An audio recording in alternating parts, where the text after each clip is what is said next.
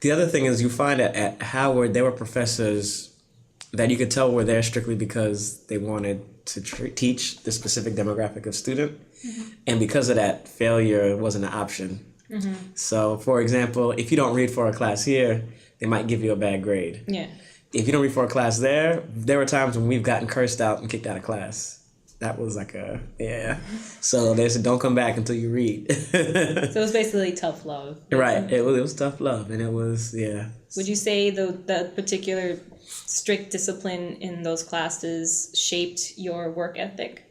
Definitely, yeah, especially because I was an anthropology class, and I knew I actually worked for that professor afterwards. Oh, really? Yeah, so, so I think it did, and some people didn't like it, some people cried, some people left, never came back. It's like a weeding, a filter, a funnel. A filtering process, So it was that coupled with the fact that a lot of the professors had tailored their syllabi to us as African American, African Caribbean students. So our intro 101 class, we were reading Toni Morrison and a whole bunch of Black authors, as opposed to what could have been a Shakespeare or, the usual Catcher in the Rye. So. Yeah. And, sorry, I'm trying to figure out how to phrase this question. You said that, they tailored their syllabi and their curriculum for, African American students and such. What do you think is a way that maybe that can be implicated or into different universities that are not HBCU? So how to integrate that? Integrate it. Okay. Sorry. No, there are many ways to do it. The problem, most of the time, it comes down to the professor. And a lot of professors that don't have a background in that don't feel comfortable teaching that. Especially when you talk about things like race at a PWI is a completely different discussion than a race at a HBCU. Yeah. So there's a whole lot of other things that are implicit in that. I think it all comes down to the professor ultimately to implement it, though. I like that you mentioned that, the discussion of race and teaching it in a class is different between HBC and PWI. Me having taken such classes at this university, I want to know how different of an experience it is learning it at an HBCU compared to here.